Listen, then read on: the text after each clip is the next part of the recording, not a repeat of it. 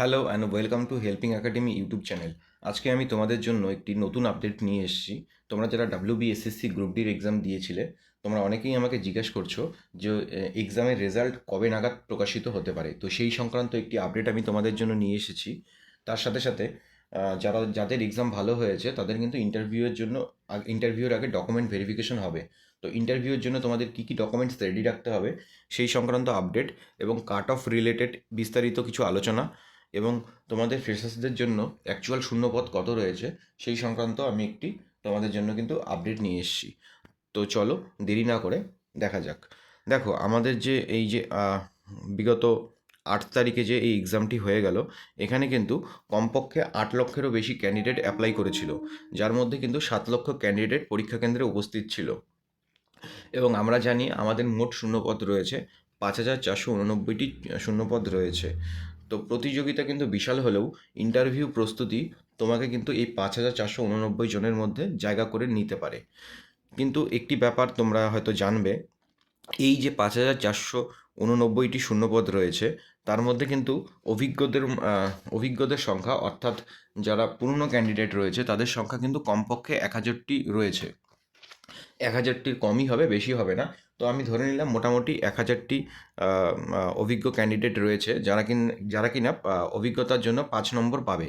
তো এই 5,489 জনের মধ্যে থেকে আমি যদি 1,000 জনকে বাদ দিয়ে দিই, তাহলে মোট ফ্রেশার্সদের জন্য শূন্যপদ কটি থাকলো?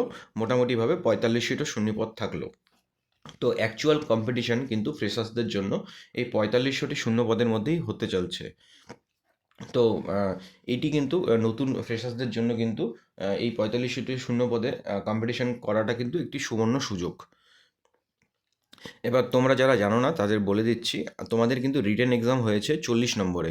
এই 40 নম্বরের মধ্যে যারা এক্সপিরিয়েন্স ক্যান্ডিডেট রয়েছে তারা কিন্তু কাজের অভিজ্ঞতার জন্য 5 নম্বর পাবে, এবং ইন্টারভিউর জন্য তোমাদের কিন্তু 5 নম্বর বরাদ্দ থাকবে। তো ফাইনাল মেরিট লিস্ট কিন্তু টোটাল 50 নম্বরের উপর ভিত্তি করে তৈরি হবে।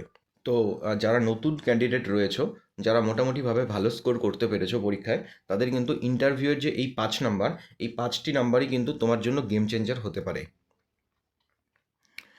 তো প্রশ্নপত্র নিয়ে যদি আমি একটু আলোচনা করি, তাহলে তোমরা হয়তো যারা পরীক্ষা গ্রুপ সি গ্রুপ ডি দুটো দিয়েছো, তোমরা হয়তো জানো মাধ্যমিক যোগ্যতার যে গ্রুপ সির পরীক্ষাটি হয়েছে সেটি তুলনামূলকভাবে কিন্তু গ্রুপ ডির থেকে কিন্তু তুলনামূলকভাবে অনেকটাই সহজ ছিল, এবং গ্রুপ ডির প্রশ্নপত্র কিন্তু একটু মডারেট টু হার্ড লেভেলের মতো ছিল। তো এই যে প্রশ্নপত্রের যে ধরন গ্রুপ ডিতে, এটি কিন্তু কাট অফকে কিন্তু আমরা যেটা প্রত্যাশিত কাট অফ তার থেকে কিন্তু অনেকটাই কমে রাখবে। তো প্রশ্নপত্র কঠিন হয়, প্রত্যাশিত কাট অফ তুলনামূলকভাবে অনেকটাই যুক্তিসঙ্গত থাকবে। দেখো, কাট অফ কিসের উপর ডিপেন্ড করে? কাট অফ কিন্তু শুধুমাত্র কিন্তু পরীক্ষার প্রশ্নপত্রের ধরনের উপর শুধু ডিপেন্ড করে না, অনেকগুলি বিষয়ের উপর ডিপেন্ড করে। প্রথমত কাট অফ ডিপেন্ড করে রিজিয়নের উপর। তুমি কোন জোনে অ্যাপ্লাই করেছিল তার উপর। ওয়েস্টার্ন বা নর্দার্ন রিজনে কিন্তু শূন্যপদ বেশি রয়েছে, তো তুলনামূলকভাবে কিন্তু ওয়েস্টার্ন বা নর্দার্ন রিজনে কিন্তু কাট অফ অনেকটাই কম থাকবে। অন্যদিকে সাউথ ইস্টার্ন রিজনে কিন্তু শূন্যপদ কম থাকায় প্রতিযোগিতা তীব্র হবে। তাছাড়া ক্যাটাগরির উপর ডিপেন্ড করে ইউআর, SC, ST এবং মহিলাদের জন্য কিন্তু ডিফারেন্ট কাট অফ রয়েছে। আচ্ছা, এবার তোমাদের এক্সামের রেজাল্ট কবে প্রকাশিত হবে সেই সংক্রান্ত একটি আপডেট তোমাদেরকে আমি দেখাই। দেখো, আমি এখানে একটি রেপুটেড নিউজ পেপারের কাট আউট তোমাদেরকে দেখিয়েছি। এখানে দেখতে পাচ্ছ মোর দেন 15 lakh candidate participated in the Group C, Group D requirement test combined. Considering the large number of answer sheet that need to be assessed, the result cannot be published before July, Majumdar said. দেখো, WBSSCর যে chairman রয়েছে mister Siddharth Majumdar sir, উনি কিন্তু বলেছে যে জুলাই মাসের আগে কিন্তু রেজাল্ট প্রকাশিত হওয়ার কোনো সম্ভাবনা নেই, কারণ কমপক্ষে 15 লক্ষেরও বেশি ক্যান্ডিডেট এখানে অ্যাপ্লাই করেছে। তো এতগুলি পরীক্ষার্থীর খাতা কিন্তু দেখা গ্রুপ সি এবং গ্রুপ ডির, এবং সেটা কিন্তু অনেকটাই সময় সাপেক্ষ ব্যাপার। তাছাড়া এখন WBSSCর SLSTর যে 9-10-এর যে প্রক্রিয়া, সেটি কিন্তু এখনও পর্যন্ত সম্পন্ন হয়নি। তো তোমাদের WBSLSTর সম্পূর্ণ প্রক্রিয়া সম্পন্ন হওয়ার পরেই কিন্তু WBSSC গ্রুপ সি এবং গ্রুপ ডির রেজাল্টের কথা ভাবা হবে। প্রথমে ডাব্লিউবি এসএসসি গ্রুপ সির রেজাল্ট হবে, যেহেতু পরীক্ষাটি আগে হয়েছিল, তারপর গ্রুপ ডির রেজাল্ট হবে। তো সেই রকমভাবে যদি আমরা ভেবে দেখি, জুলাই মাসের পরে কিন্তু আগস্ট মাসটাকে তোমরা ছেড়ে দাও, মাঝের মাসটিকে, কারণ মাঝখানে আমাদের ইলেকশন চলে আসে, তো সমস্ত মেশিনারি কিন্তু ইলেকশনে বিজি হয়ে যাবে। তো আগস্ট মাসেও কিন্তু রেজাল্ট বেরোনোর কিন্তু কোনো সম্ভাবনা নেই। তোমরা মোটামুটিভাবে ধরে নাও সেপ্টেম্বর মাসের প্রথম সপ্তাহে তোমাদের গ্রুপ সি এবং গ্রুপ ডির অ্যান্সার কি প্রকাশিত হতে পারে, এবং বা প্রথম অ্যান্সার কি প্রকাশিত হওয়ার পর সেটা চ্যালেঞ্জ হবে, এবং তারপর দ্বিতীয় সপ্তাহে কিন্তু ফাইনাল অ্যান্সার কি প্রকাশিত হবে, এবং সেপ্টেম্বর মাসের দ্বিতীয় বা তৃতীয় সপ্তাহ নাগাদ কিন্তু তোমাদের ফাইনাল কাট অফ কিন্তু নির্ধারিত হয়ে ডাব্লিউবিএসএসসি কিন্তু তোমাদেরকে নোটিফিকেশন দিয়ে জানিয়ে দেবে।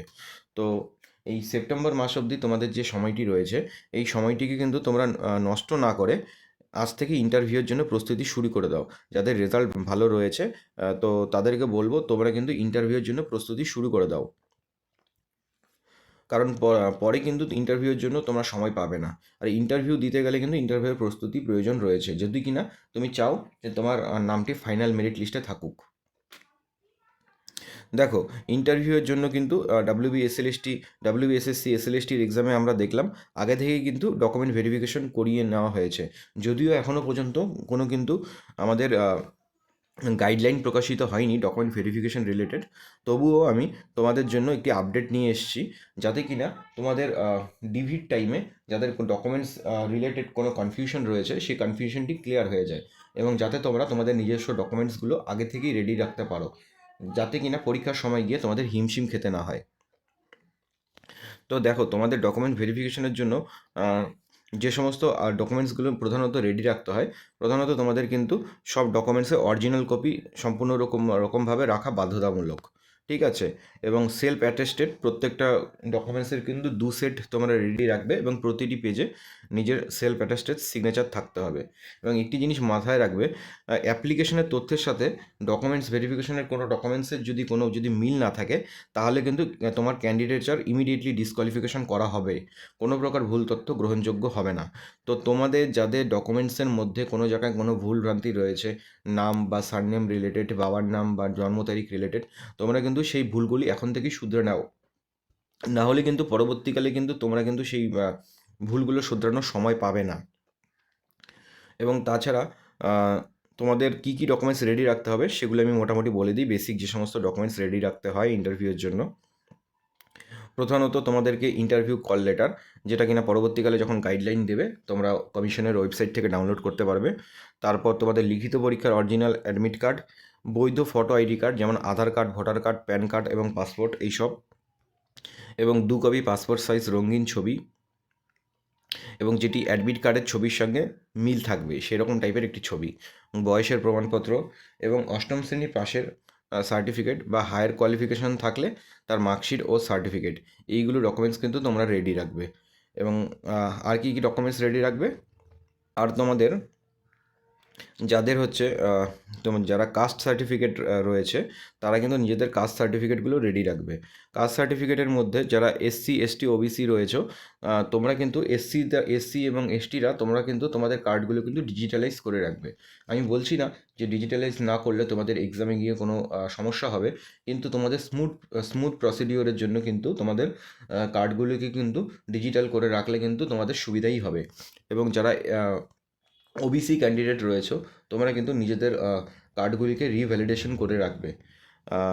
এবং তাছাড়া তুমি যে পশ্চিমবঙ্গের একজন স্থায়ী বাসিন্দা তার জন্য একটা ডমিসিয়াল সার্টিফিকেট, এবং তারপর যারা ফিজিক্যাল হ্যান্ডিক্যাপ রয়েছে তাদের জন্য পিডাব্লিউডি সার্টিফিকেট, কেউ যদি এক্স সার্ভিসম্যান হয়ে থাকো বা স্পোর্টস ক্যাটাগরির হয়ে থাকো তার জন্য উপযুক্ত অরিজিনাল শংসাপত্র রেডি রাখবে, এবং এক্সপিরিয়েন্স সার্টিফিকেট যদি থাকে সেটিও রেডি রাখবে।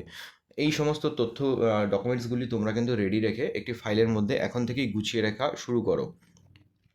এবং তোমরা আমাকে জানাও তোমরা কি ইন্টারভিউ রিলেটেড কোনো গাইডেন্স যদি চাও তাহলে কিন্তু তোমরা কমেন্ট করে আমাকে জানাবে। আমি কমেন্টের রেসপন্স দেখে তোমাদেরকে তাহলে আমি ইন্টারভিউ রিলেটেড গাইডেন্স ভিডিও আমি নিয়ে আসবো। তো তোমরা বলো এই ভিডিওটি তোমাদের কেমন লাগলো। ভিডিওটি যদি ভালো লেগে থাকে অবশ্যই একটি লাইক করবে এবং বন্ধুদের সাথে শেয়ার করবে। যদি এই চ্যানেলে নতুন হয়ে থাকো, don't forget to subscribe our YouTube channel. Thank you.